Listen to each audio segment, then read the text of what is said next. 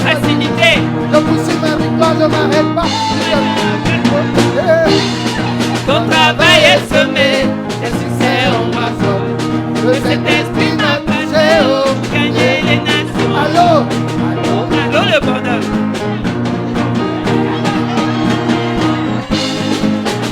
Attention, Ne m'échoue jamais. il est fait reculer. Il ne manque jamais.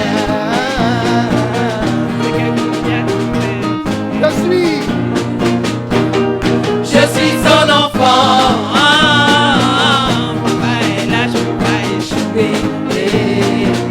sa main. Sa main est sur moi, sur moi, sur moi. C'est quelque chose, je ne peux pas Je suis jouer. son enfant. Je suis son enfant. Papa est là, je ne peux pas échouer. Sa main. Sa main est sur moi, sur moi, sur moi. C'est quelque chose, je ne peux pas jouer. Yes. Seigneur, nous te bénissons. Nous voulons te rendre grâce, Père, pour ces instants. Nous prions que tu conduises, que tu diriges ce culte, la parole que tu as prévu partager avec nous. Inspire-nous, challenge-nous, parle-nous, étire-nous dans le nom de Jésus. Amen. Alléluia, on acclame le Seigneur. Merci au groupe de louanges pour cette belle improvisation que vous avez suivie. Que Dieu vous bénisse.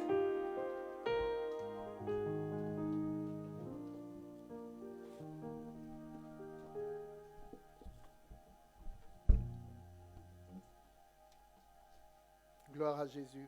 Amen. Alors, depuis maintenant quelques dimanches, nous sommes sur la deuxième bénédiction qui est la bénédiction de la fécondité divine. Dis avec moi la fécondité divine. Dis avec moi, Dieu me rend fécond. Dis, mon Dieu me rend fécond. Il me rend productif à tous les niveaux.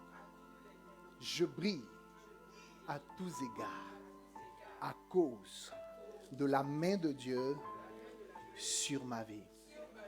Alléluia. J'aime ton amen.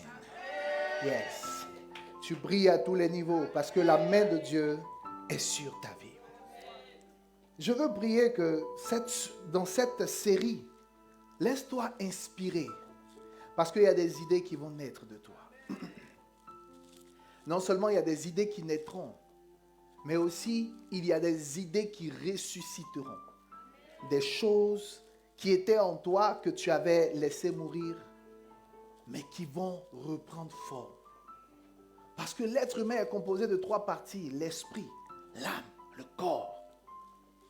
Et il y a une fécondité de l'âme, une fécondité de l'esprit qui doit émaner de toi. Et à ce niveau-là, on parle de tout ce qui est idée, de tout ce qui est projet. Tu n'as pas idée de ce que Dieu a mis en toi. Le Seigneur a investi sa gloire dans ta vie. La Bible dit en Éphésiens chapitre 2, nous sommes son ouvrage, ayant été créés en Christ Jésus pour de bonnes œuvres que Dieu a prévues d'avance, afin que nous puissions les manifester. Il y a des œuvres qui sont en toi, il y a des choses, il y a un investissement de Dieu en toi qui doit prendre forme, qui doit se matérialiser, qui doit se manifester. Et je prie que rien n'arrête cette fécondité-là de prendre place dans ta vie. Le texte qui soutient la deuxième bénédiction, c'est Deutéronome 28, verset 4, où le Seigneur dit, le fruit de tes entrailles, le fruit de ton sol, il dit, toutes ces choses seront bénies.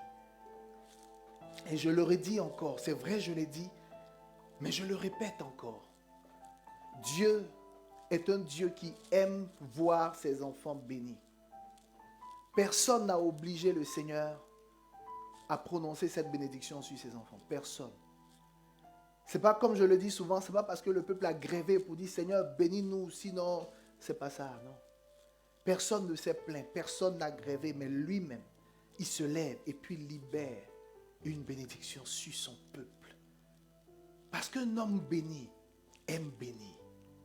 Dieu est la plénitude de la bénédiction. La Bible dit que c'est de l'abondance du cœur que la bouche parle. Alléluia.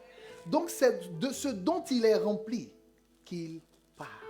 Il est rempli de grâce, il est rempli de bonté, il est rempli de plénitude, il est rempli d'amour. Donc, tout ce qui sort de lui, c'est des choses qui viennent te rencontrer pour te faire voir son amour. C'est des choses qui viennent te rencontrer pour te faire voir sa grâce. C'est de ce Dieu-là qu'il s'agit. C'est ce Dieu-là que nous prions, c'est ce Dieu-là que nous servons. Alléluia. Donc, sois à l'aise avec le fait que Dieu n'a pas prévu que ta vie soit uniquement difficile. Non. Alléluia. Les combats peuvent durer un temps, mais la gloire de Dieu finit toujours par se lever. Il faut le croire. Amen. Même s'il est vrai que dans la vie, Dieu il a prévu, il a créé ce qu'on appelle les larmes.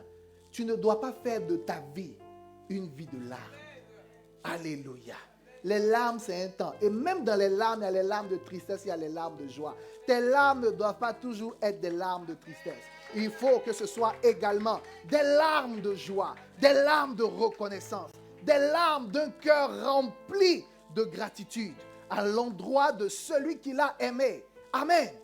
Dieu te bénit parce qu'il t'aime. Il n'y a pas d'autre raison. Dieu te bénit parce que tu es son enfant. Alléluia. Et il veut te voir béni. Dieu finit de créer Adam et Ève. La première prédication de l'histoire de l'humanité. Juste après avoir créé Adam et Ève. La Bible dit, Dieu les bénit. La première chose, avant de leur donner des conseils, avant de leur expliquer les choses, il les a d'abord bénis. Est-ce que tu sais que tu n'as pas idée de comment est-ce que Dieu veut que tu sois béni? Je prie que tu expérimentes cela. Tu ne l'expérimentes pas parce que la vie t'a donné des codes, la vie t'a donné des standards, la vie t'a donné des modèles, la vie t'a donné des réalités qui te font croire que ce n'est pas possible. La vie t'a donné des standards qui te font croire que, en fait, les standards que la vie t'a donnés bloquent ou ferment ton cœur à recevoir le flux de la grâce de Dieu. Mais si ton cœur est fermé, tu ne recevras pas. Parce qu'il t'en sera toujours fait en fonction de ce que tu crois. Si tu crois qu'il peut te bénir, si tu crois qu'il veut te bénir, si tu crois que son désir est de te voir béni et heureux, tu verras cela s'accomplir. Je prie que ton cœur s'ouvre à cette réalité. Parce que lorsque ton cœur s'ouvre à cette réalité, il y a des combats qui te sont facilités.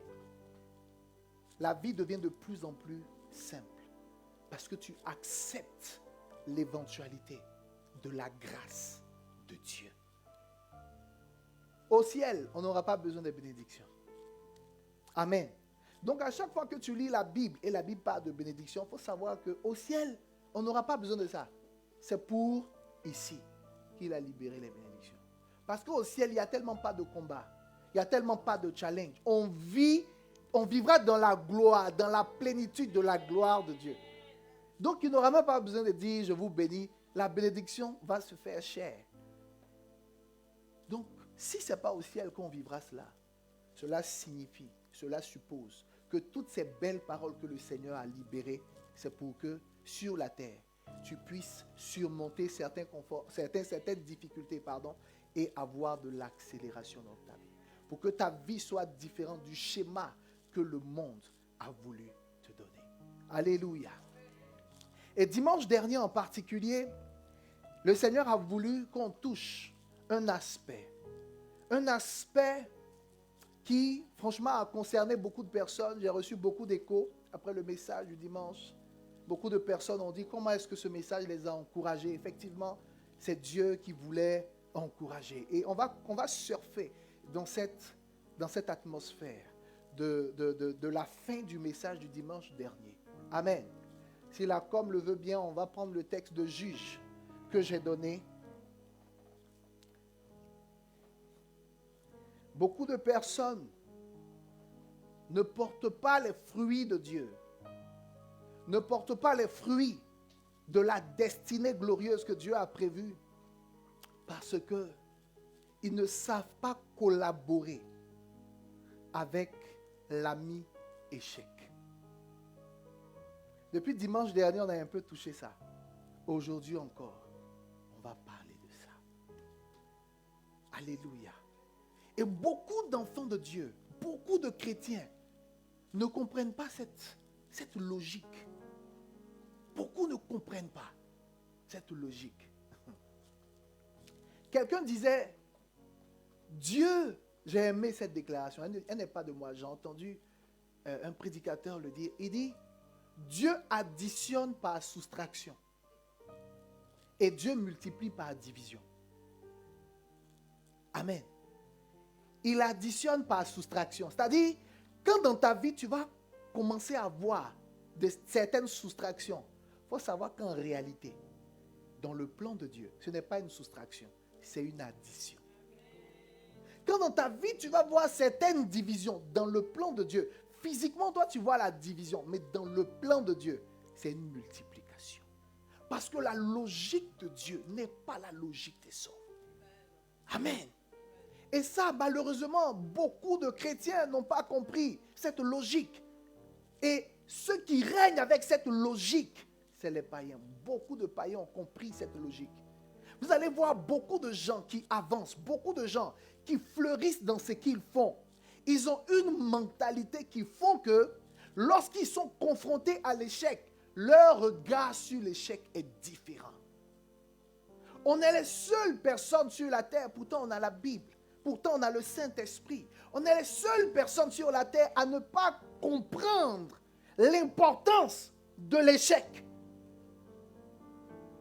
Alléluia. Parce qu'aujourd'hui, tu vas le voir. En plus de ce qu'on a dit dimanche dernier, sur lequel je vais revenir, je vais ajouter encore quelque chose d'autre. Amen. Et je plante le décor. Quelqu'un comme Thomas Edison, qui a créé l'ampoule. C'est bien lui, non? Parce que voilà. Qui a fait l'ampoule. Le monsieur a fait 1000 tentatives qui ont échoué. C'est la 1001e qui a réussi. Les gens l'ont interviewé, ont dit, mais comment avez-vous géré les 1000 échecs? Il dit, mais qui vous a dit que j'avais échoué? Je n'ai pas échoué. J'ai juste eu 1000 approches qui n'étaient pas les bonnes. Et c'est la dernière qui était la bonne. Je n'ai pas échoué. C'est ça la mentalité de quelqu'un qui finit par produire du fruit. Et malheureusement, Jésus l'a reconnu. Jésus a reconnu que dans le monde, les gens du monde ont plus de sagesse à ce niveau-là que les enfants de Dieu. Là, comme trouvez-moi le verset où Jésus dit les fils de ce siècle ont plus de... il y a un mot qu'il a utilisé. Hein? Non, il n'a pas dit habile, il a utilisé un mot. Bon, après, sont plus avisés. Il dit les fils de ce siècle sont plus avisés que les fils du royaume. Jésus est en train de parler de quoi? Il était en train de dire que c'est dommage, mais sur la terre, il y a des gens qui ne sont même pas chrétiens, qui ne sont pas enfants de Dieu, mais qui sont plus avisés sur certaines choses que même les enfants de Dieu.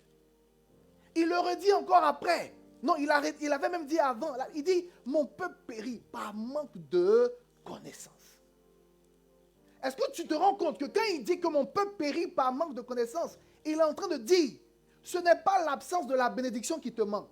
Ce n'est pas l'absence de la grâce qui te manque. Il est en train de dire qu'en réalité, ce qui te tue, ce qui fait que tu n'avances pas, il y a une connaissance que tu n'as pas intégrée à ta vie. Sinon, tout le reste, que ce soit bénédiction, prophétie, toutes ces choses sont là. Mais il y a une clé qui ouvre l'accès à toutes ces bénédictions, à toutes ces grâces.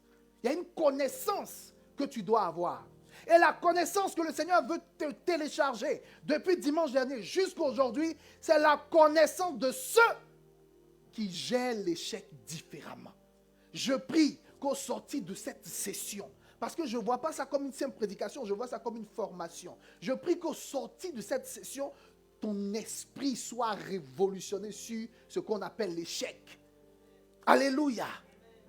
Tu ne dois plus définir l'échec comme les gens définissent l'échec. Parce que ce que tu ne sais pas, c'est que lorsque tu parles d'échec, lorsque tu élèves l'échec, lorsque tu pleures devant l'échec, ce que tu ne sais pas, c'est que tu mets ta destinée sur pause. Tu t'empêches d'avancer. Tu n'avances plus. La Bible dit chacun est esclave de ce qui a triomphé de lui. Si l'échec a triomphé de toi, tu deviens l'esclave de l'échec. Alléluia. Comment l'échec triomphe d'une personne? L'échec triomphe de toi lorsque, après une expérience d'échec, tu ne te lèves plus pour avancer. L'échec triomphe de toi lorsque, après une expérience d'échec, tu te dis c'est fini. Est-ce que tu sais que souvent ce n'est même pas Dieu qui te dit c'est fini. Toi-même tu dis c'est fini. Toi-même tu prophétises que c'est fini à cause de ce que tu vois. Soit de la dimension de ceux qui avancent non pas par la vue, mais par les yeux de l'esprit. Tu ne vois pas, mais tu as l'assurance dans ton cœur que tu es son enfant. Il va te faire avancer. Même devant la mer rouge, il a su trouver un chemin. Toi, tu n'es pas devant la mer rouge. Tu es peut-être confronté à un Goliath financier. Tu es peut-être confronté à un Goliath, à une situation, un Goliath santé. Tu es confronté à un challenge. Qu'est-ce que tu déclares dans ton cœur? Qu'est-ce que tu déclares? Le peuple d'Israël, lorsque Moïse était avec eux, devant le peuple, devant la mer rouge, ils ont commencé à pleurer.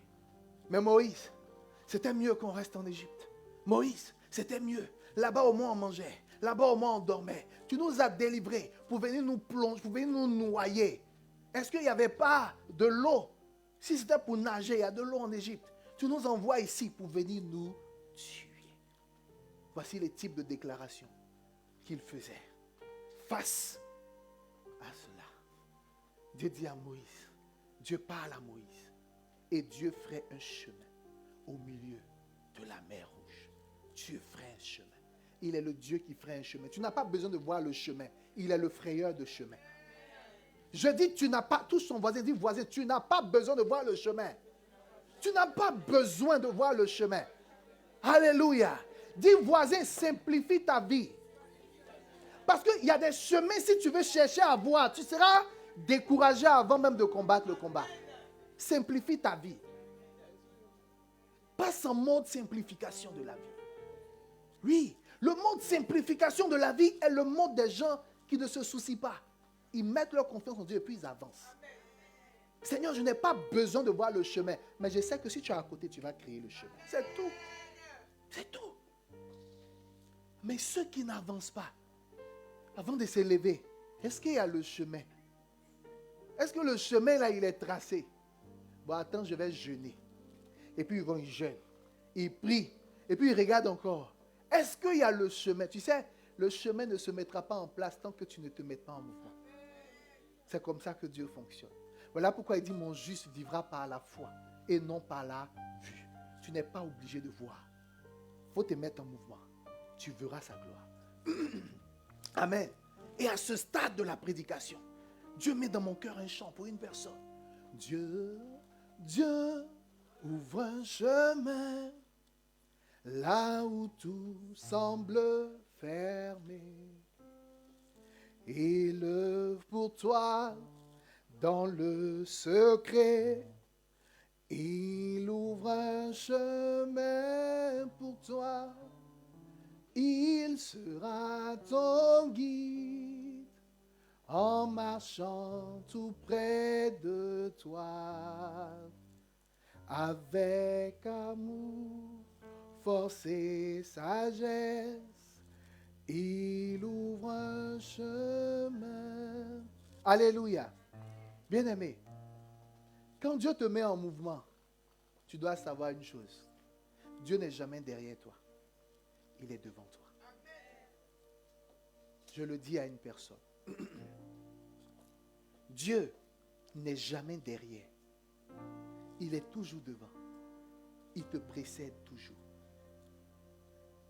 Penses-tu que Dieu va te précéder dans un chemin sans issue. Penses-tu que Dieu va marcher au-devant de toi dans une voie où il n'y a pas la suite? Ce n'est pas possible. Même s'il n'y avait pas la suite va se créer. Parce que Dieu marche devant toi. Il a marché devant le peuple d'Israël. Il a marché devant eux. Il marche toujours devant ses enfants. Tu ne le vois pas, mais il marche devant toi. Quelle est cette chose que tu espères? Quel est ce projet que tu as dans le cœur? Dieu marche devant toi. Mais toi, apprends à gérer ce qu'on appelle l'échec. Apprends à gérer l'échec. Parce qu'il n'y a pas de succès sans passer par l'échec. Ce n'est pas possible.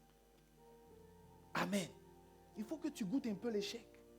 Tu sais, l'échec, c'est un peu comme un vaccin. Pour rendre un enfant fort face à une maladie, on lui met une dose de la maladie dans son corps. Pour que la dose la crée en lui les anticorps qu'il faut pour pouvoir vaincre la maladie. C'est un peu ça l'échec. L'échec vient te vacciner. L'échec vient te donner une dose de courage supplémentaire. C'est comme ça que Dieu fait. L'échec vient positionner quelque chose de plus dans ta vie. Mais comment tu vois l'échec? Comment tu le vois? Là, comme on y va pour Juge, le texte de Juge.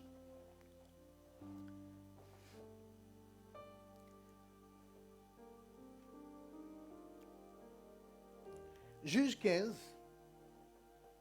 Non. Juge 20, 15, 36.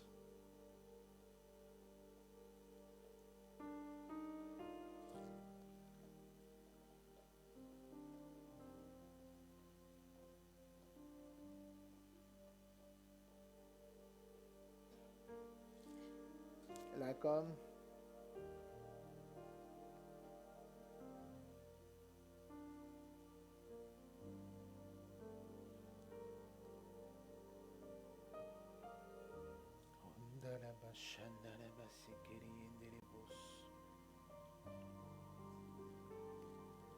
Ok.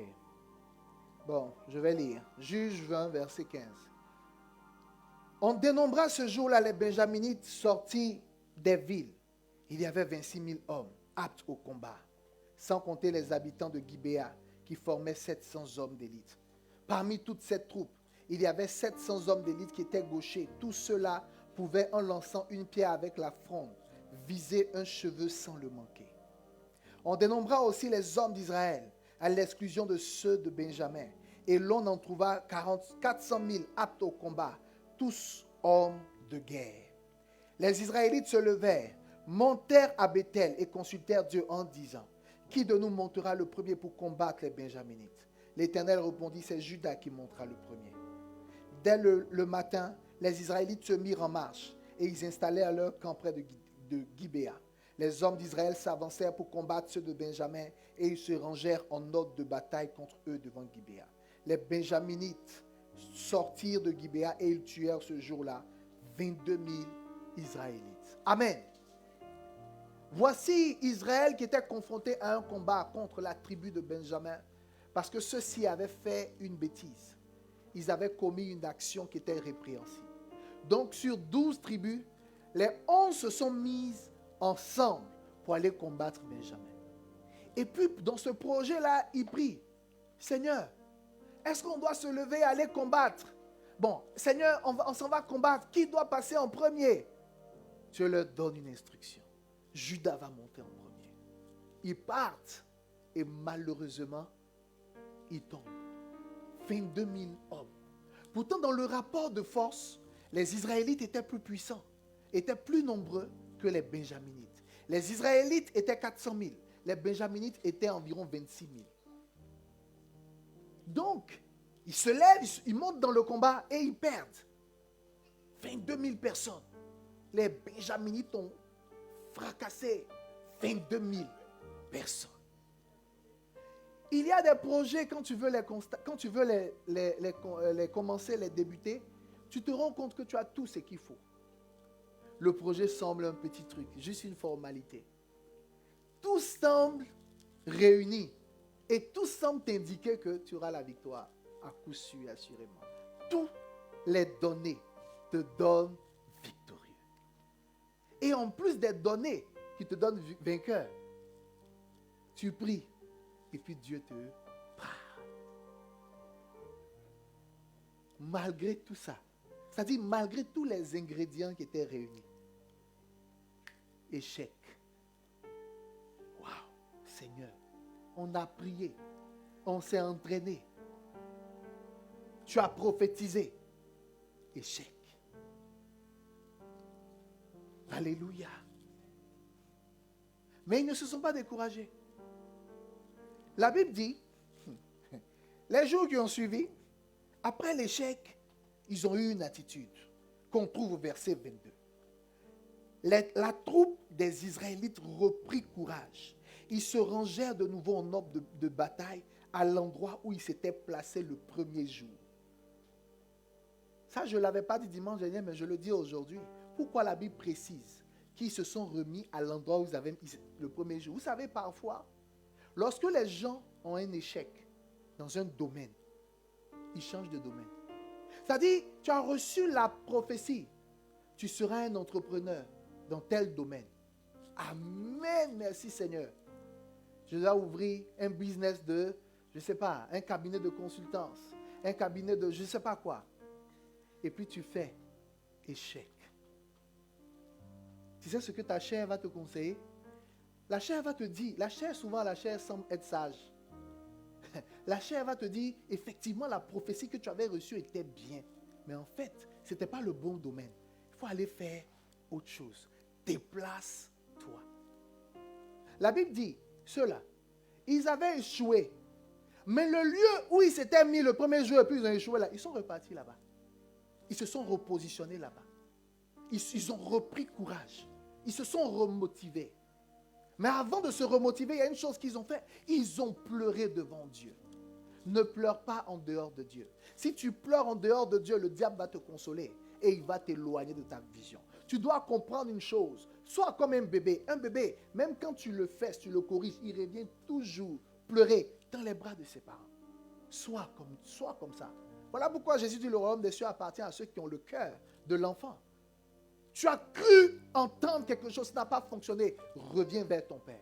Viens pleurer à ses pieds. Je lui dis, papa, je n'ai pas compris. Qu'est-ce qui s'est passé? Qu'est-ce qui n'a pas marché? Je ne te blâme pas. Je ne dis pas que c'est toi la faute. Mais peut-être que tu as dit quelque chose que je n'ai pas forcément bien saisi. Je reviens vers toi pour que tu me donnes des précisions. C'est ce qu'ils ont fait. Ils sont venus, se sont humiliés. Ils ont encore invoqué Dieu. Verset 23. On dit, ils sont encore montés. Ils pleurèrent devant l'Éternel jusqu'au soir. Ils consultaient l'Éternel en disant, dois-je m'avancer encore pour combattre les descendants de mon frère Benjamin? L'Éternel répondit, montez contre lui. Deuxième prophétie, montez, allez-y. Est-ce que vous savez que quand ils sont partis, ils ont encore échoué. 18 000 sont tombés. J'ai bien envie, je me pose la question, mais c'était qui le prophète qui leur disait ça? Parce que on dit l'Éternel a parlé, mais l'Éternel est passé par quelqu'un. La Bible n'a pas mentionné son nom. Je suis curieux de savoir qui était ce prophète. Qui était ce berger? Qui était ce pasteur? Et donc en fait, pasteur, qu'est-ce que Dieu dit? Prions, cherchons ensemble la volonté de Dieu. Mon enfant, Dieu dit, c'est vrai, pasteur. C'est ce que Dieu m'a dit en tout cas. Et puis ils s'en vont. 22 000 tombent. C'est-à-dire, on va convertir les 22 000 hommes en 22 000 francs, tu vois. En 22 000 francs. Donc, tu reviens vers le pasteur. Pasteur, tu m'avais dit que le Seigneur me voulait là. J'ai écouté tes conseils, pasteur. J'ai fait. Je suis endetté, hein, j'ai 22 000 euros que j'ai perdu. 22 000 francs suisses que j'ai perdu. Non, pasteur, je ne te demande pas de me rembourser. Je t'informe juste que tu as prophétisé quelque chose. Voici les résultats. Et ça, tu vas voir. Je suppose, quand l'absent va venir, on va dire louange. Au moment où tout le monde va se défouler, la personne. Parce que le pasteur a donné un conseil qui était bizarre. Il m'a donné un conseil où j'ai perdu 22 000. Bien-aimé, qui était ce prophète qui leur prophétisait des choses et puis avait des erreurs? Mais ils se sont dit, bon, en tous les cas, c'est la maison de Dieu. C'est mon pasteur, je l'aime. Pasteur, j'ai une autre orientation, on peut prier ensemble? Oui, prions. Dieu dit, voilà. Mais le pasteur, il était courageux. En principe, quand tu as fait une fois, et puis ça a été bizarre, la prochaine fois, il faut dire, mon enfant, cherche la face de Dieu. Je chercherai aussi de mon côté. S'il y a une information, un recoupement d'informations, et puis on verra. Mais un pasteur courageux, il dit, il faut faire là. Pasteur, c'est vrai. Oui, mon enfant, je ne peux pas te blaguer. C'est ce que Dieu m'a dit. Et puis, il ne mentait pas. La Bible n'a pas dit qu'il mentait. C'était vrai. Il était sincèrement vrai. Parce que le Saint-Esprit lui a parlé. Et la personne part. On dit, 18 000 sont tombés. On convertit ça encore en francs suisses ou en euros. Pasteur, ça fait 38 000 maintenant. Hein? Non, il y avait 22 000. Ça fait 40 000. Hein? Là, je suis aux poursuites. Là. Ça ne va pas. Mon casier judiciaire qui était blanc, après la prière, le casier judiciaire est devenu noir. Il a noirci tout d'un coup, pasteur. L'État me cherche, l'État me poursuit. Ah, pasteur. Là, la personne même peut-être qui dansait même un peu, de temps en temps, je suppose, quand on peut se dire, et puis la personne n'aura pas tort. C'est logique. Non, je vais suivre en ligne. Je vais prendre la bénédiction en ligne, à distance. Alléluia. Parce que quand je vois la tête du pasteur, il est bien, hein, mais il me rappelle les 40 000 que j'ai perdus. Il m'a donné des conseils bizarres. Alléluia. Quel pasteur courageux, ce prophète qui leur a dit à 2 reprises. Et quand ils ont échoué, ils reviennent encore devant le même berger.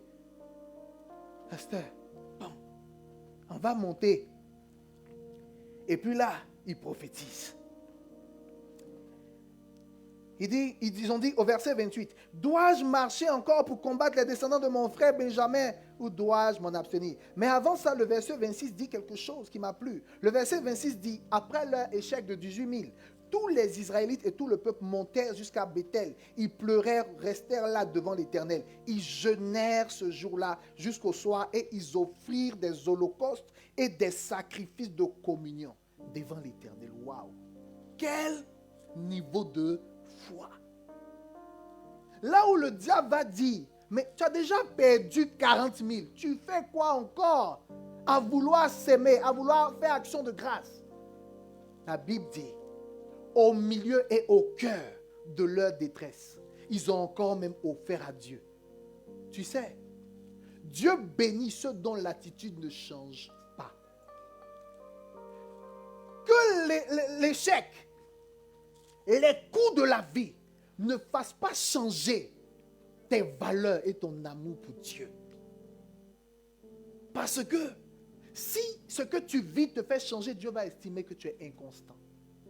Dieu n'investit pas dans les gens qui sont inconstants. Tu sais pourquoi? Parce que quand quelqu'un est inconstant, c'est un signe que la personne n'ira pas loin. Les gens constants, ils savent faire quelque chose. Et puis, paf, paf, paf, paf, paf. Peu importe, vent, marée, challenge, ils sont là. Et puis ils continuent. Alléluia. Dieu veut de la constance. Dieu a vu leur constance. Malgré les pleurs, malgré l'échec, malgré tout ce qu'ils avaient perdu, Dieu a vu leur cœur. Il a aimé la constance de leur cœur. Il a aimé leur résilience. Il a aimé le fait que l'échec ne les a pas découragés. Quand l'échec te décourage, il ne faut pas espérer recevoir quelque chose de Dieu. Parce que si tu n'es pas capable de vaincre un ennemi qui est dans ta tête, tu ne peux pas vaincre les ennemis qui sont dehors. Ce n'est pas possible. Alléluia. Parce que l'échec, il t'attaque individuellement. C'est un seul à seul. Mais tu dois triompher de ce premier adversaire. Quelqu'un pouvait dire, l'échec commence lorsque tu as peur de l'échec. La peur d'échouer, la peur de ne pas réussir, c'est déjà un échec. Tu dois tuer cet ennemi-là. Tu dois être à l'aise avec la pensée de l'échec. Parce que lorsque tu réussis à dominer, à dompter l'échec, tu es un héros. Tu es un vaillant héros de Dieu. On peut échouer, et puis on peut se relever, et puis avancer, comme c'était leur cas. Parce qu'à la 3e tentative, dans le même combat, dans le même projet, Dieu leur a donné la victoire. Il y a des choses que tu as commencé aujourd'hui. Ça peut faire 10 ans, tu as mis de côté. Il y a d'autres que tu as commencé après. Ça peut faire 7 ans, tu as mis de côté. Tu inities et tu laisses. Tu inities et tu laisses. Tu inities et tu laisses. Il y a beaucoup de choses que tu peux initier. Mais le fait de les laisser, c'est une preuve que quelque chose t'a découragé. L'échec vient toucher ton courage. Tu sais pourquoi l'échec vient toucher ton courage? Parce que le diable sait que Dieu travaille avec ton courage. Et ça, beaucoup de personnes l'ignorent. Beaucoup de chrétiens l'ignorent. Beaucoup de chrétiens pensent que Dieu va travailler uniquement avec leur vie de prière. Beaucoup de chrétiens vont penser que Dieu va travailler uniquement avec leur vie de jeûne. Beaucoup de chrétiens vont penser que Dieu va travailler uniquement avec leur vie de méditation. Mais laisse-moi te dire que Dieu travaille également avec ton courage. Dans la Bible, le nombre de fois où Dieu dit « Fortifie-toi et prends courage », tu n'as même pas idée. Fortifie-toi, prends courage. Fortifie-toi, prends courage. Fortifie-toi, prends courage. En d'autres termes, il est en train de te dire l'excellence de mes prophéties pour ta vie, l'excellence de ce que je veux faire dans ta vie risque de ne pas s'accomplir si je ne trouve pas le courage dans ton cœur. Et le diable sait que ton courage est une clé. Le diable sait que ton courage est un élément puissant qui accélère les choses. Donc, il envoie l'ennemi échec pour tuer ton courage. Parce que quand tu es découragé, tu ne te lèves plus. Tu n'avances plus. Il y a des découragements même qui font que tu n'as même plus la force de croire aux promesses de Dieu, aux prophéties de Dieu. Alléluia. Mais que ce matin, cette parole vienne rebooster ton courage dans le nom puissant de Jésus. Parce que Dieu travaille avec ton courage. Alléluia.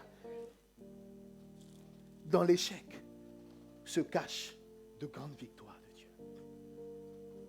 Quand tu perds, en réalité, ce n'est pas une perte. Ne vois pas ça comme une perte. Tant que l'échec va te faire pleurer, le diable te tient. C'est pour cela, dans les formations qu'on donne généralement aux gens qui doivent investir, qui doivent se déployer, il y a une sagesse qu'on leur donne toujours. On leur dit, n'investis jamais ce que tu n'es pas prêt à perdre. Pourquoi? Parce que si tu investis quelque chose que tu n'étais pas prêt à perdre, les lamentations et les pleurs que tu vas faire vont faire que tu seras dégoûté de la vie d'entrepreneur, de la vie de créateur de richesse. C'est-à-dire, tu dois arriver à poser certains pas. Et tu dois arriver, en fait, quand on dit n'investis pas ce que tu n'es pas prêt à perdre, dans la pratique, la bonne formulation, c'est que rien ne doit te décourager, en fait. C'est ce qu'on essaie de véhiculer comme message aux gens. Rien ne doit te décourager. C'est-à-dire, tu dois rire de l'échec. Quand l'échec ne te fait pas rire, il y a un souci. Oui. Ça peut te faire mal un temps, mais à un moment donné, il faut en rire. Et puis tu passes à autre chose. Il le faut. Parce que tant que tu ne passes pas par ça, tu ne connaîtras pas le succès. Tant que tu ne passes pas par cette phase, tu ne connaîtras pas le succès. Dimanche dernier, je vous ai raconté les témoignages, le vécu de Aliko Dangote qui a perdu 800 millions de dollars en un jour. Mais le monsieur, il vit encore. Jeff Bezos, qui a perdu depuis le début de l'année 2022, il a perdu 60 milliards de dollars. Mais il est toujours l'homme le plus riche. Le fondateur de Tesla, l'année dernière, il a perdu 15 milliards de dollars. Mais il est toujours là. Et je vous ai raconté l'histoire de ce monsieur qui un jour, il était en train de jouer au golf. Son directeur financier vient le trouver. Il dit, chef, nous avons perdu des milliards de dollars sur la bourse. Le monsieur était détendu, jouait son golf. Et son directeur financier lui dit, mais vous n'êtes pas ébranlé? Il dit, mais je sais comment j'ai fait pour les avoir. Même si c'est perdu, je sais encore comment je ferai pour les gagner à nouveau. Voici la mentalité de ceux qui coulent dans l'abondance. C'est-à-dire, l'échec ne les arrête pas. L'échec ne les arrête pas. Ils ne s'arrêtent pas à cause de l'échec. Amen. Tu as perdu combien? Que Dieu ne peut pas remplacer. En un jour, il peut remplacer ce que tu as perdu depuis 20 ans. C'est possible. Mais pourquoi tu t'arrêtes de croire? Pourquoi tu t'arrêtes de croire? De la même manière qu'en une journée, une maladie, un problème peut souffler sur toutes tes économies. C'est de la même manière. En une journée, il faut croire que Dieu peut t'envoyer quelque chose qui va restaurer tout ce que tu as perdu. Amen. C'est ça la foi. Sois à l'aise avec l'échec. Sois à l'aise avec l'échec. Ne pleure pas face aux échecs. Parce que dans les échecs, il y a une grande clé. La clé de la royauté, généralement, est cachée dans l'échec. Dans le coffret de l'échec. On n'aura pas le temps de lire le texte de 1 Samuel 9. Mais je t'encourage, quand tu vas arriver à la maison, il faut le lire. Peut-être la prochaine fois, on va lire et on va décortiquer. Dans 1 Samuel 9, la Bible nous parle de Saül. La Bible dit que le père de Saül avait beaucoup de troupeaux. Et un jour, ce monsieur a perdu des ânesses. La Bible ne dit pas combien d'ânesses il a perdu. Mais la Bible dit qu'il a perdu ses ânesses. Il a perdu ses ânesses. Et quand ce monsieur a perdu ses ânesses, il y a une chose qui s'est faite. Il est allé à la recherche des ânesses perdues avec son serviteur. Ils se sont lancés à la recherche. Et à un moment donné, il voulait se décourager, il voulait rentrer. Et puis, son serviteur lui a dit, mais non, je connais ici un serviteur de Dieu. Allons, on va prier. Allons, on va confier le sujet. Et ils sont allés.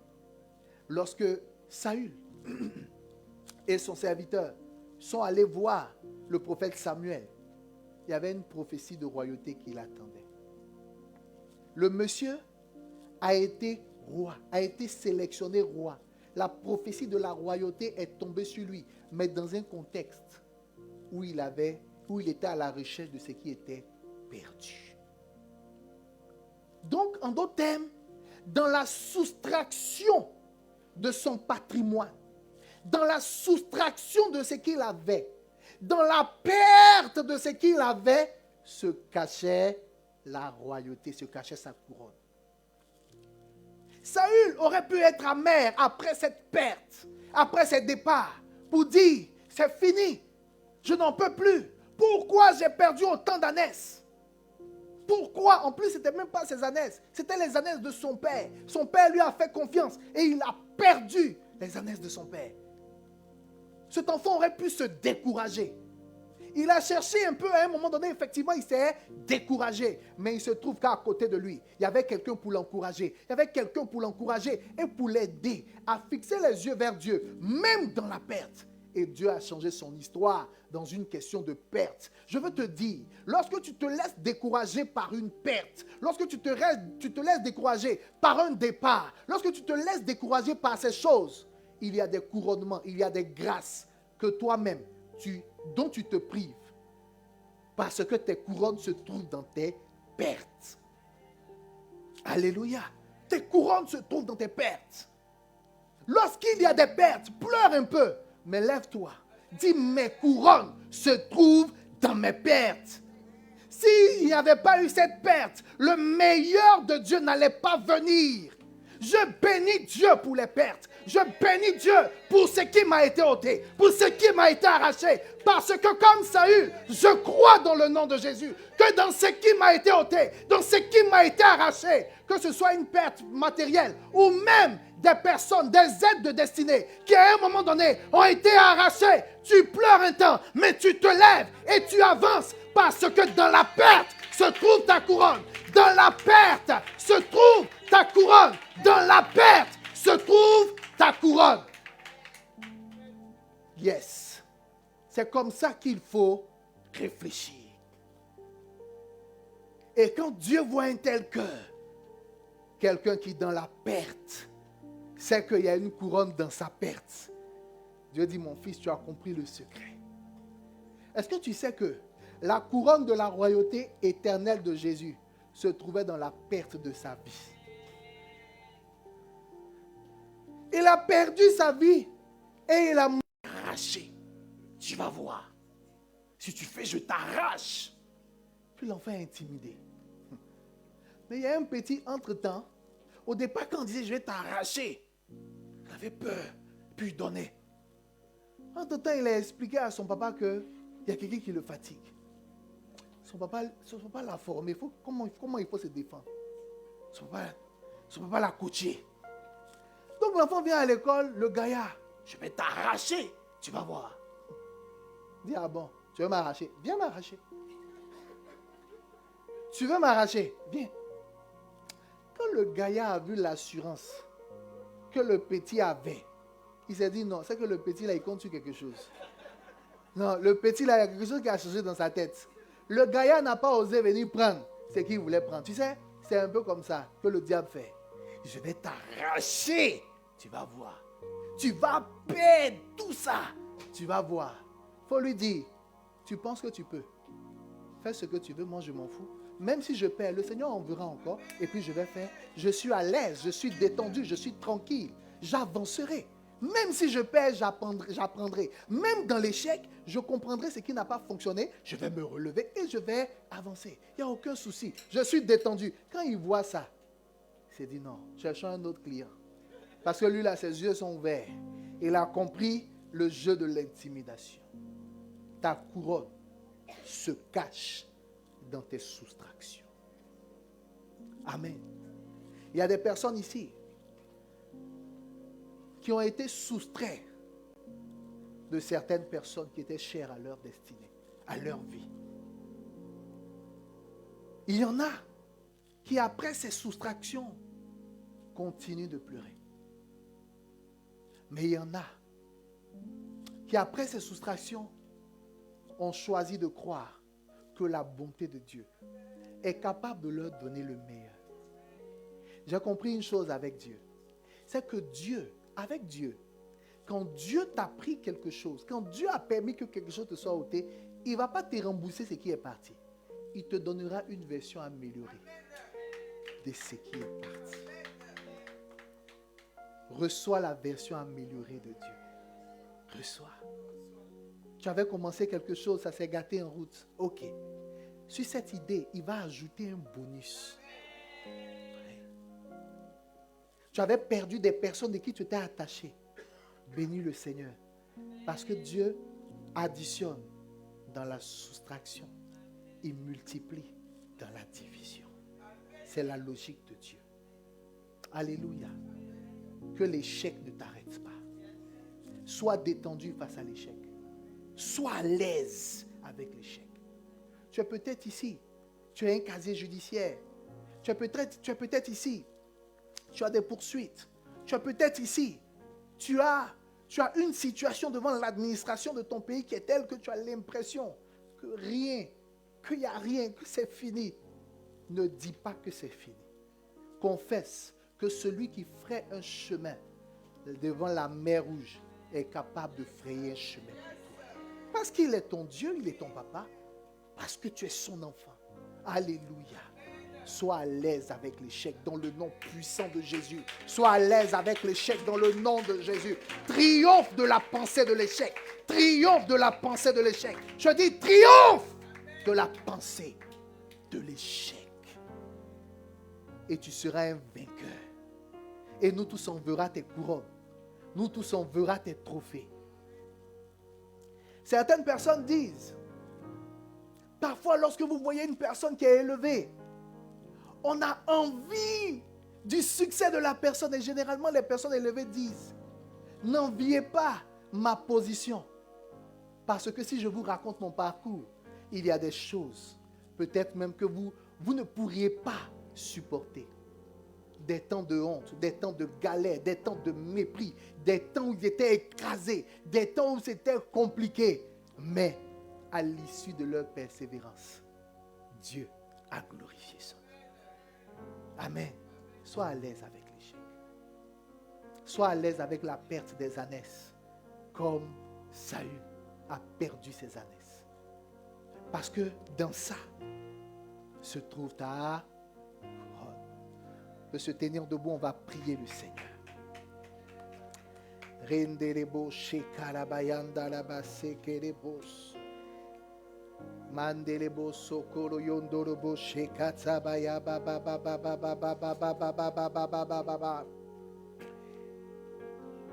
Reketereyandelebros. Bien-aimés, c'est vrai que nous n'avons pas eu le temps de lire le texte de 1 Samuel 9. On n'a pas eu le temps de le lire. Mais dans le texte de 1 Samuel 9, je t'ai dit, à un moment donné, Saül lui-même a voulu se décourager. Mais c'est son serviteur qui lui a dit non, allons-y, ne te décourage pas, allons-y, allons-y. Alléluia. Et puis ils se sont levés, ils sont allés voir Samuel. Même les chants, on va d'abord prier avant de chanter. Tu vas attraper la main de quelqu'un.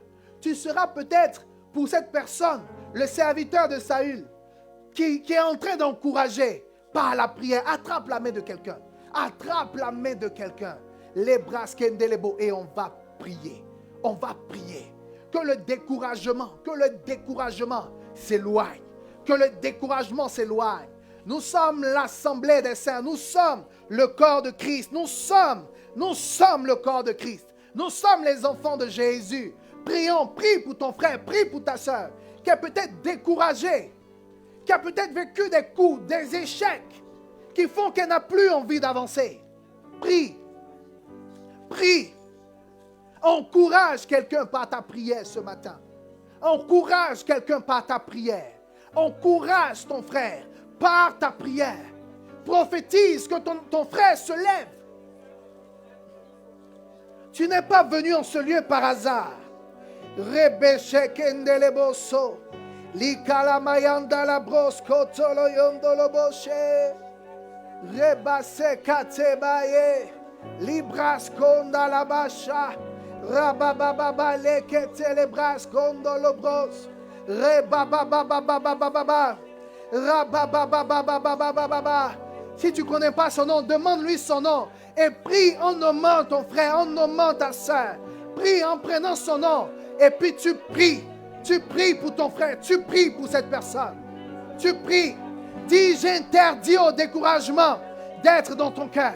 J'interdis au découragement de t'arrêter. J'interdis au découragement de te bloquer. J'interdis au découragement de bloquer ta vie. J'interdis au découragement de bloquer ta destinée. Prie. Reboshenda laba sibras. Kendeleboso. Rebabababaye. Reboso kotobaya bababa. Shanda labros kobaye. Likaleba shandoloboso. Rebo. Likenda laba shandelebros. Nous brisons le pouvoir du découragement dans le nom de Jésus. Nous brisons le pouvoir du découragement. Nous brisons le pouvoir du découragement dans le nom de Jésus. Rebo sheketelebo, rebabababababaye, lekendelebo sokolobros, rababababaye, lekendeleande, ribababababababros, koloyondoloboso, rebeshe kandeleba, reboso kataya babababa. Prie, élimine le découragement. Ce matin, la puissance de Dieu veut aider une personne qui était découragée à se relever. La puissance de Dieu veut aider une personne à se relever, à se relever, à se relever dans le nom de Jésus-Christ. Rabababababa. Oh, tu ne te laisses pas vaincre par le découragement. Non, tu ne te laisses pas vaincre par le découragement. Peut-être même que tu as pleuré avant de venir. Peut-être même que tu as pleuré avant de venir. Peut-être que tu as pleuré avant de venir. Peut-être que ce matin, dans ta salle de bain, tu pleurais toutes les larmes de ton corps parce que tu te sentais découragé, abattu, épuisé. Mais le Seigneur a créé cette plateforme de prédication, ce message pour t'encourager ce matin, pour dire, non, tu n'as pas le droit. Non, ne te décourage pas. Non, ne pleure pas. Relève-toi. Prie pour ton frère. Frère, relève-toi. Sœur, relève-toi. Relève-toi. Peu importe les coups que tu as pris. Peu importe les coups que tu as pris. Randelebo sokataya. Reboshendelebros. Libras kekete. Le kalamama. Robo sokotoyo bobo. Li kalamama mamo. Mandelebo shendeleboso. Rebabababababababa. Tu te relèves, tu te relèves, tu te relèves, tu te relèves. Dans le nom de Jésus, dans le nom de Jésus, dans le nom de Jésus, tu te relèves. Rabaye, lekete, rebaso kotoyobo, likandele mase kababababa, rabababababa. Relève-toi. Relève-toi. Relève-toi. Enfant de Dieu, relève-toi. Relève-toi. De tes échecs, relève-toi. Du divorce, relève-toi. Relève-toi. De ton licenciement, relève-toi. Je dis, relève-toi. De cette perte, relève-toi. Tu n'as pas le droit de rester couché. Je dis, relève-toi. Enfant de Dieu, relève-toi. Tu n'as pas le droit de rester couché. Relève-toi. Tu n'as pas le droit d'être assis. Relève-toi. Ta destinée est glorieuse. Relève-toi. Tu atteindras le but. Relève-toi. Ne te décourage pas. Relève-toi. Ne te décourage pas. Non, non, non, non, non. Non, non. Ne te décourage pas. Relève-toi. Ta destinée est glorieuse. Relève-toi. Les promesses de Dieu sont là. Relève-toi. Ton Dieu t'aime. Relève-toi. Ta destinée est glorieuse. Relève-toi. Peu importe les coups que tu as pris. Relève-toi. Peu importe les trahisons. Relève-toi. Malgré le divorce. Relève-toi. Malgré le licenciement. Relève-toi. Malgré les pertes financières. Relève-toi. Malgré ce que tu as perdu. Relève-toi. Malgré ce que tu as perdu. Relève-toi. Ton Dieu te tend la main. Relève-toi. Jésus te tend la main. Relève-toi. Combat le bon combat. Relève-toi. Ta destinée t'attend. Relève-toi. Combat le bon combat. Relève-toi. Il n'a pas prévu que tu restes à terre. Relève-toi. Il n'a pas prévu que tu restes à terre. Relève-toi. Il n'a pas prévu que tu restes à terre. Relève-toi. Non, il n'a pas prévu que tu restes à terre. Relève-toi. Il n'a pas prévu que je reste à terre. Relève-toi. Dis-le, proclame. Il n'a pas prévu que tu restes à terre. Relève-toi. Ta destinée t'attend. Relève-toi. Combat le bon combat. Relève-toi. Et la gloire de Dieu se lève sur ta vie. Relève-toi. Alléluia, acclame le Seigneur. Reboshenda la brosse. Et il y a une chose que Dieu a dit à Ézéchiel. Fils de l'homme, crois-tu que ces ossements peuvent revivre? Il dit, Seigneur, tu le sais. Dieu lui a dit, prophétise sur ces eaux. Prophétise ce matin sur ta destinée. le découragement. Tu tentes, tu essayes. Tu es arrivé à un point où toi-même tu ne sais plus quoi faire. Et je parle à une personne dans mon cœur ce matin. Tu as tenté, essayé, tenté. Tu es arrivé à un point où tu te dis, Seigneur, tu m'as dit, j'ai obéi. Tu as dit, j'ai fait. Mais je suis arrivé à un point de saturation, je ne sais même plus où je suis. Le Seigneur te parle ce matin. Il dit, prophétise sur tes ossements. Parle. Parle en langue et prophétise sur ta vie. Tu n'as pas le droit de rester là. Tu n'as pas le droit de rester couché. Ta destinée, il n'y a pas de point final de Dieu. Il n'a pas mis un point final. Il n'a pas mis un point final. Il n'a pas mis. Rebo sheketere andelebo si kalababa. Mandelebo se kalama yanda la brose. Prophétise sur ta vie. Prophétise. Parle. Déclare. Là où ta bouche avait dit c'est fini, je vois une atmosphère prophétique pour que tu crées quelque chose de nouveau ce matin. Dieu m'a dit, beaucoup ont déclaré sur leur propre vie que c'était fini. Beaucoup ont déclaré la fin avant la fin. Beaucoup ont déclaré la fin avant même que l'arbitre ne siffle la fin. Beaucoup, dans leur cœur, dans leurs pensées, avec leurs paroles, ont dit c'était fini.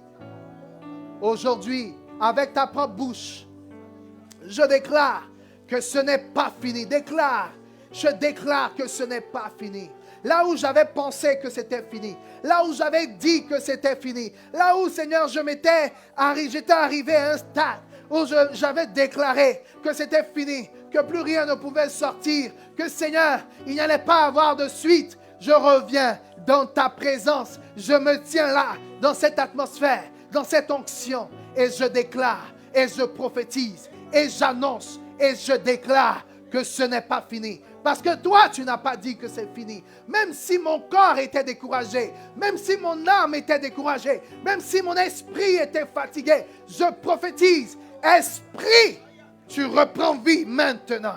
Mon âme, tu te relèves dans le nom de Jésus. Tu n'as pas le droit de te décourager. Tu n'as pas le droit de t'abaisser. Tu n'as pas le droit de te décourager. Tu n'as pas le droit. Tu n'as pas le droit de te décourager. Le chemin est encore long. Dieu n'a pas mis le point final. Je prophétise que je me lève. Je prophétise que j'avance. Je prophétise que la force de Dieu est renouvelée en moi, selon qu'il a dit dans sa parole, que ceux qui se confient en lui renouvellent leur force, renouvellent leur force, renouvellent leur force, renouvellent leur force. Reba shendelebo, riba seketeya, raba sekete. Je renouvelle, tu renouvelles ma force. Je me relève dans le nom de Jésus.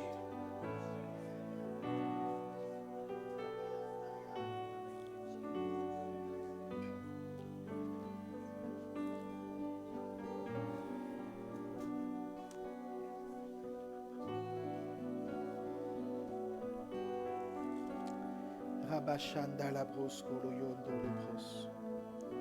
Reba sekete le bros kabayanda la ba.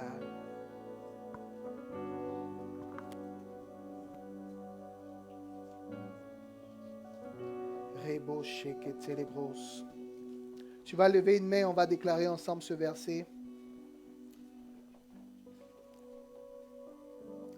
Ésaïe 40, verset 31.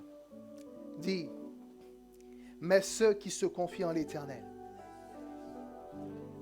renouvellent leur force. Ils prennent le vol comme les aigles. Ils courent et ne se lassent point. Ils marchent et ne se fatiguent point. Mon âme, là où tu t'étais lassé, mon âme, là où tu t'étais épuisé, mon âme, là où tu n'espérais plus, aujourd'hui, je t'ordonne, sur la base de Ésaïe 40, verset 31, parce que je me confie en Dieu, mes forces sont renouvelées. Parce que je me confie en Dieu, je prends mon envol. Je quitte là où j'étais couché. Je quitte là où j'étais dans l'abaissement. Je quitte là où j'étais dans les pleurs. Je quitte là où j'étais dans les larmes. Je prends mon envol. Je prends mon envol. Je prends mon envol dans le nom de Jésus. Comme les aigles, je vole, je vole, je vole en haute altitude. Je vole en haute. Jésus a dit, la parole de Dieu dit que je prends mon envol comme les aigles. Non pas comme un simple oiseau. Certains oiseaux ont leur limite d'altitude. Mais Jésus me compare à l'aigle qui vole plus haut que tous les autres oiseaux. Alors je déclare que je vole plus haut. Je m'élève plus haut. Plus haut que ce qui m'avait arrêté. Plus haut que ce qui m'avait bloqué. Plus haut que ce qui m'avait freiné. Je me lève plus haut par la puissance du Saint-Esprit. Au nom de Jésus, tu peux acclamer le Seigneur. Gloire à Jésus. Accompagné par le groupe de louanges, nous allons apporter au Seigneur ce que nous lui avons prévu.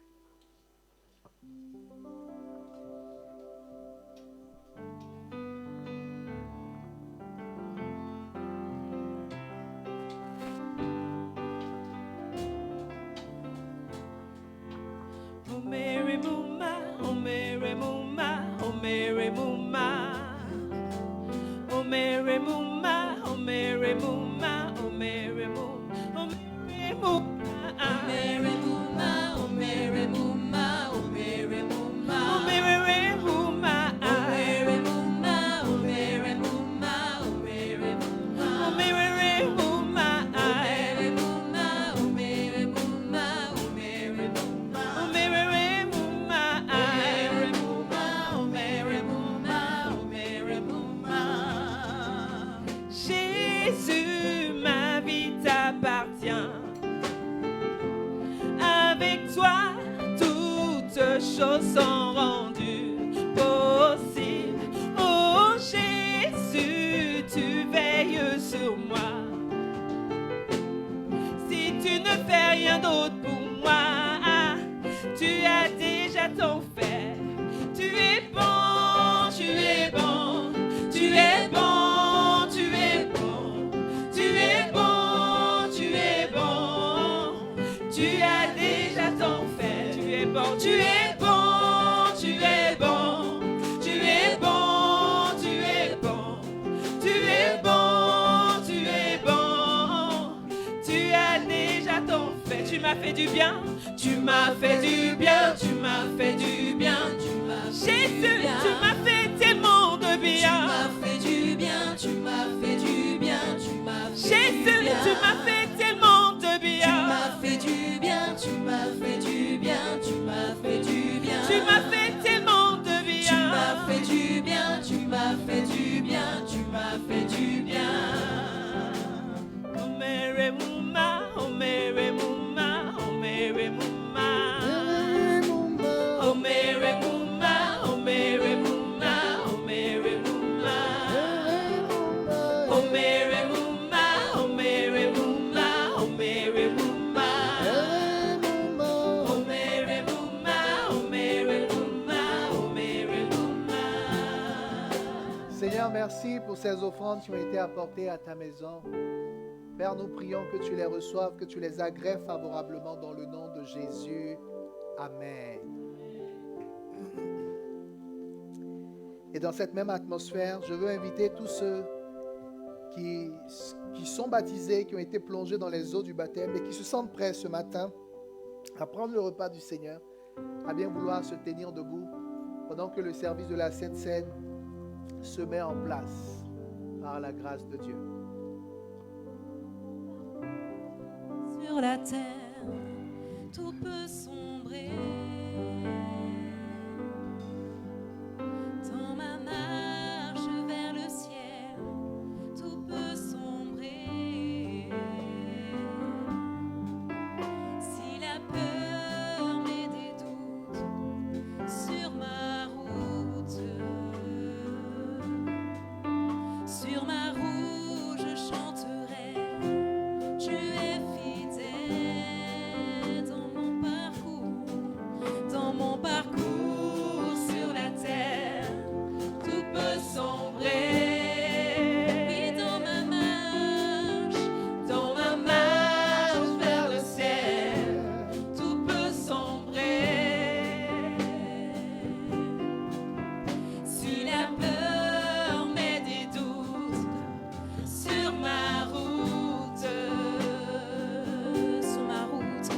Sur ma route, je chanterai. Tu es fidèle. Emmanuel. Emmanuel. Emmanuel. Emmanuel. Je chanterai. Je chanterai ta fidélité, Emmanuel. Je chanterai ta fidélité, Emmanuel. Je chanterai ta fidélité, Emmanuel.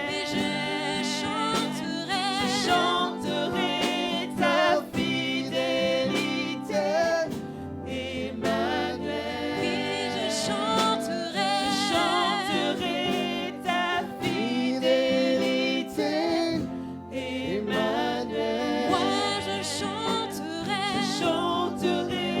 Ta fidélité, Emmanuel. Tous les jours, je chanterai. Ta fidélité, Emmanuel. Oui, je chanterai. Ta fidélité,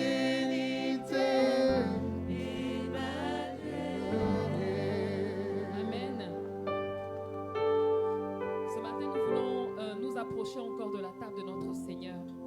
Et je veux revenir sur le passage que j'ai partagé avec vous d'entrée de jeu, le passage de Jean 17. À la suite de ce que le Seigneur dit, il dit que son Père lui a donné tout pouvoir sur toute chair, afin qu'il accorde la vie éternelle à tous ceux qu'il lui a donnés. Mais Jésus continue en Jean 17 au verset 3. Il dit, or la vie éternelle, c'est qu'ils te connaissent, toi le seul vrai Dieu et celui qui t'a envoyé, Jésus-Christ. Ce matin, vraiment, quand je préparais ce temps de la Sainte Seine, ce que le Saint-Esprit a mis sur mon cœur, c'était que nous puissions nous approcher de la table du Seigneur avec une compréhension, une révélation bien précise. C'est que la Sainte Seine a la capacité d'ouvrir tes yeux spirituels et de voir Christ, de voir Jésus tel qu'il est. Vous savez, parfois on marche dans notre vie chrétienne, on marche avec le Seigneur, mais le Seigneur nous a donné des armes qui peuvent nous permettre de pouvoir gagner du temps dans notre intimité avec lui, du temps dans notre marche avec lui. Parfois même, tout simplement, tu vas te mettre dans la méditation, tu vas connaître la parole de Dieu, tu vas être quelqu'un qui prie beaucoup, mais il y a des secrets, des mystères spirituels, des clés que le Saint-Esprit te donne, qui vont te permettre d'avoir ton regard spirituel ouvert et de pouvoir faire des bonds dans le règne spirituel. Et quand je le dis, au moment où j'étais en train d'y penser, le Saint-Esprit m'a rappelé un passage en Luc 24. Et ça m'a conforté dans cette position que dans la Sainte Seine se trouve la capacité spirituelle d'ouvrir tes yeux. La capacité d'ouvrir tes yeux. Dieu a mis en la Sainte Seine la capacité d'ouvrir tes yeux spirituels. En Luc 24, la Bible dit, et c'est Jésus qui était assis à table avec ses disciples. La Bible dit, pendant qu'il était à table avec eux, il prit le pain. Et après avoir prononcé la prière de bénédiction, il le rompit et leur donna. Et au verset 31 de Luc 24, la Bible dit, alors leurs yeux s'ouvrirent et ils le reconnurent, mais il disparut de devant eux. Amen. Et on vous parle de la résurrection de Jésus. Au moment où Jésus était venu et il s'était révélé, il s'était montré à ses disciples. Ils ont mangé avec lui. Ils ne l'avaient pas reconnu au départ, mais en prenant le repas avec lui, la Bible dit que leurs yeux se sont ouverts. Amen. Et ce matin, tu vas prendre la Sainte Seine. Peut-être que dans ta vie chrétienne, tu as eu l'impression que tu connaissais beaucoup de choses, que tu comprenais la marche avec Christ. Mais aujourd'hui, le Saint-Esprit te dit que le mystère qui va te permettre, la clé qui va te permettre de faire des bons, se trouve dans son corps, se trouve dans son sang. Amen. Ce n'est pas par la force de ta méditation, par la force de tes heures de prière que tu vas y arriver, mais c'est par la puissance qui se trouve dans son corps et dans son sang. Alors, bien-aimés, ce matin, on va partager le corps du Seigneur. On va partager le sang de notre Seigneur Jésus. Mais en le faisant, réalise-le. Des choses que tu avais voulu accomplir, que tu n'as pas pu faire aujourd'hui dans ta marche avec Dieu. Peut-être que, comme le pasteur le chantait tout à l'heure, tu as une addiction.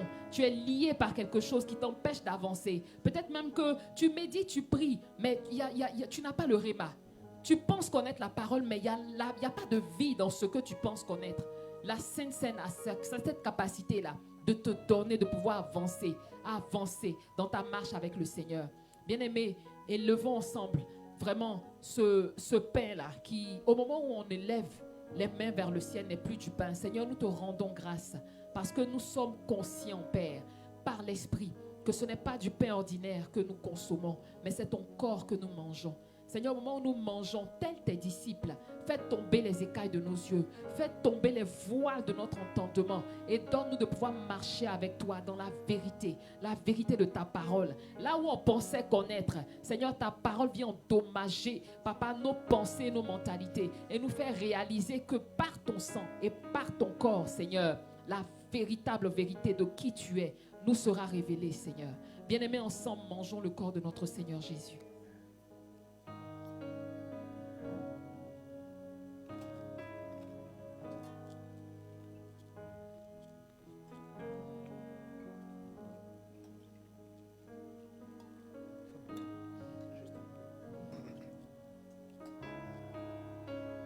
On va ensemble et de cette même manière élever vers le trône de grâce. Et tu vas dire, Seigneur, je te rends grâce pour ton sang.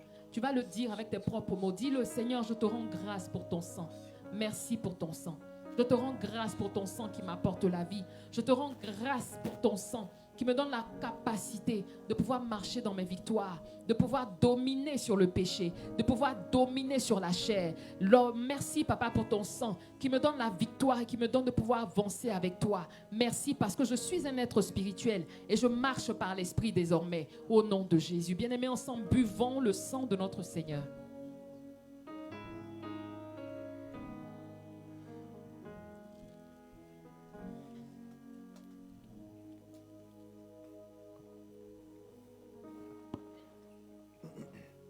Alléluia.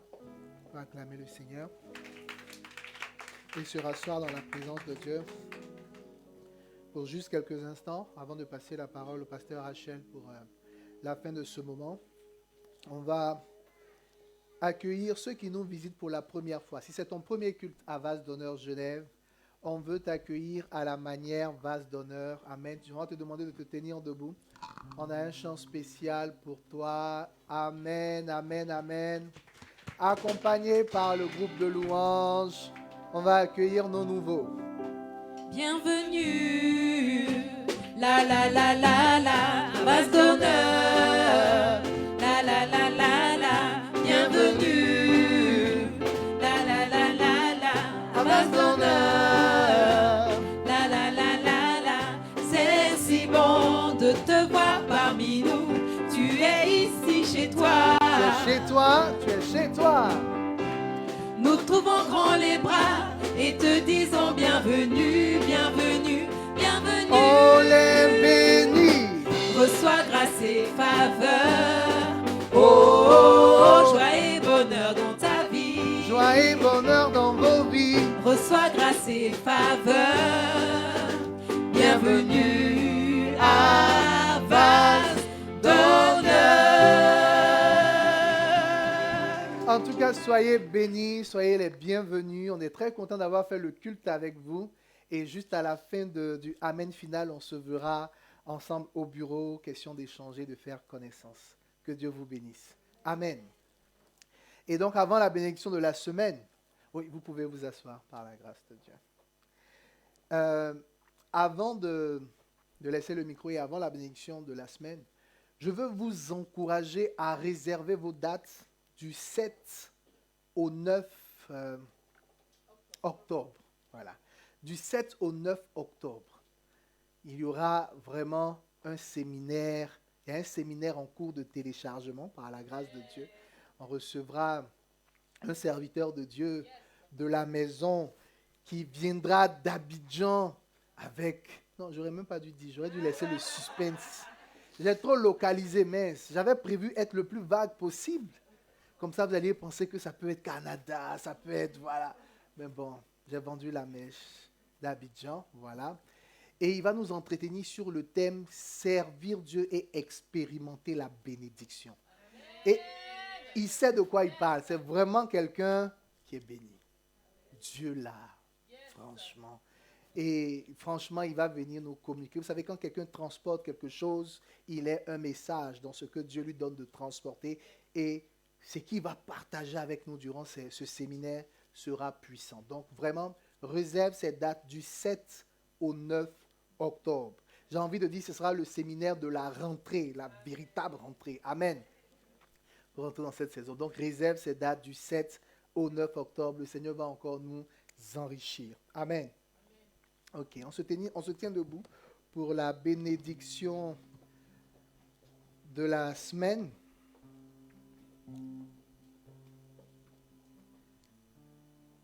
Et je veux prier, je veux prophétiser pour la force de Dieu. Que la force de Dieu soit ton partage cette semaine. Que la force de Dieu te fasse croire là où toi-même tu t'es découragé. Que la force de Dieu, franchement, que Dieu te rende fort. Qu'il fortifie ton âme, qu'il fortifie ton esprit. Tu es peut-être au milieu d'un challenge, au milieu d'un combat dont tu ne sais pas l'issue. Et au milieu de cette tempête, tu as envie de reculer. La force dont tu as besoin pour avancer, le Seigneur te l'accorde dans le nom de Jésus. Tu ne sauras pas comment. Mais cette semaine, il va faire descendre sur toi une force, une conviction. Il va faire descendre sur toi un caractère. Il va faire descendre sur toi une assurance que tu n'avais pas. Il te conduira à te réveiller. Je parle à une personne. Il te conduira à te réveiller à des heures stratégiques de la nuit pour prier. Et il me dit de te dire, n'aie pas de crainte. Ce combat est sous mon contrôle. N'aie pas de crainte. Ce combat est sous mon contrôle. N'aie pas de crainte. Ce harcèlement est sous mon contrôle. Et il me dit, parle et la situation te libère ton chemin au nom de Jésus. Le Seigneur met dans ta bouche une voix qui va faire écho dans le monde spirituel. Dans le nom puissant de Jésus. Tu es béni dans le nom de Jésus. Amen. Amen. Est-ce qu'on peut continuer d'acclamer pour le Seigneur parce qu'il nous a fait du bien? Amen. Amen. Alors, avant de se séparer, je vais vous donner les actualités, les good news. Je me croyais au journal télévisé, les actualités de la semaine.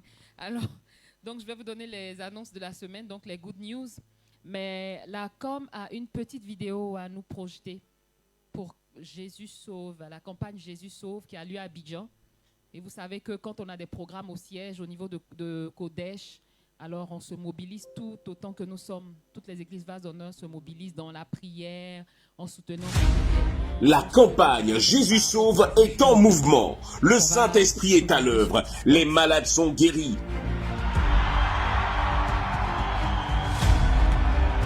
Les âmes sont gagnées à Christ et les plans du diable sont détruits par le puissant nom de Jésus.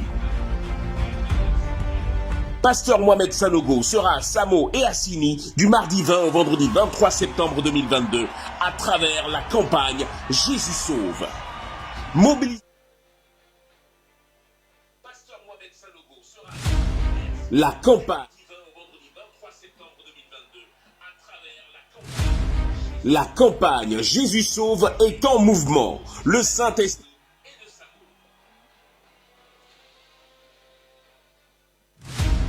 La campagne Amen. Jésus Sauve est Donc, en nous mouvement. nous comment Le nous Saint-Esprit est à inviter l'œuvre. pour cette Les campagne. malades Tu peux te sont mobiliser guéris. dans l'intercession, dans la prière. Tu peux te mobiliser en donnant. Voilà, on a beaucoup de plateformes, Club de vie, pas mal de plateformes, Other Side, tout ça qui te permettent vraiment de pouvoir contribuer et soutenir la mission. Amen. Et si tu peux même te rendre à Abidjan. Amen. Pour participer à Jésus Sauve. Alors, cette semaine, comme d'habitude, la Com va nous envoyer toutes les annonces voilà, via le contact WhatsApp de l'Église. Donc, c'est l'occasion pour nous d'encourager tous ceux qui ne reçoivent pas les annonces de l'Église à s'enregistrer auprès de la Com. Voilà, donc enregistrez bien le numéro, mettez bien Vase d'honneur au risque de pouvoir louper pas mal d'informations. Et puis vraiment, prenons le temps d'ouvrir les messages, parce que je sais que pour la plupart, on reçoit les messages, mais on a beaucoup de mal à les lire. Prenez le temps de lire parce qu'il y a des informations parfois très importantes en cours de semaine. On aura le mercredi notre temps de prière de la parole, de partage de la parole à 20h45 sur Zoom. Et cette semaine, on va aussi avoir notre temps d'intercession et on débutera le mercredi par contre. Donc, on aura nos temps d'intercession du mercredi au vendredi. Donc, les matins de 5h à 6h et les soirs de 20h à 21h. Amen. Et le dimanche prochain, nous aurons nos 2 cultes habituels. Donc, le tout premier à 10h30 ici à Genève et le deuxième à Lausanne à 16h30. Et je veux profiter de cette occasion pour nous encourager vraiment à soutenir tous nos frères et sœurs qui, comme vous le savez, passent par des moments difficiles actuellement. On a la sœur Linda qui est malade et qui est en train de recover, qui est en train de guérir, merci, qui est en train de guérir. Et on a maman Antoinette également qui est vraiment sur la voie du rétablissement total aussi. On a notre sœur Melinda qui a accouché, donc qui a donné naissance à un beau bébé qui s'appelle Eden, mais qui en même temps a perdu sa maman.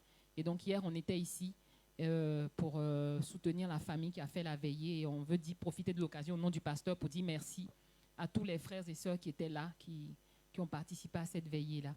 Voilà, donc on va se lever, se tenir debout et prier pour la fin de notre culte. On a déjà reçu la bénédiction de la semaine. Donc j'élève juste la voix vraiment pour nous recommander à la grâce de Dieu. Seigneur, merci pour ta grâce, merci pour ta bonté. Merci pour tout ce que tu nous as donné de recevoir de toi. Nous sommes venus t'offrir, mais comme d'habitude, même quand on veut t'offrir, tu trouves toujours le moyen de faire plus dans nos vies que nous sommes censés t'apporter. Et vraiment, on veut te dire merci pour ça. Merci pour cette parole. Merci de nous avoir relevés.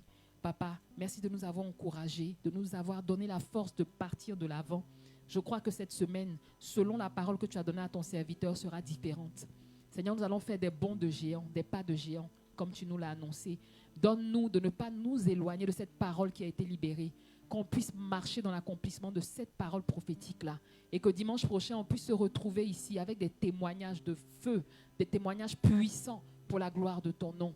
Merci de nous raccompagner en paix, Père. Merci de nous raccompagner dans ta sécurité, dans nos demeures respectives, au nom de Jésus. Et nous disons tous Amen. Amen.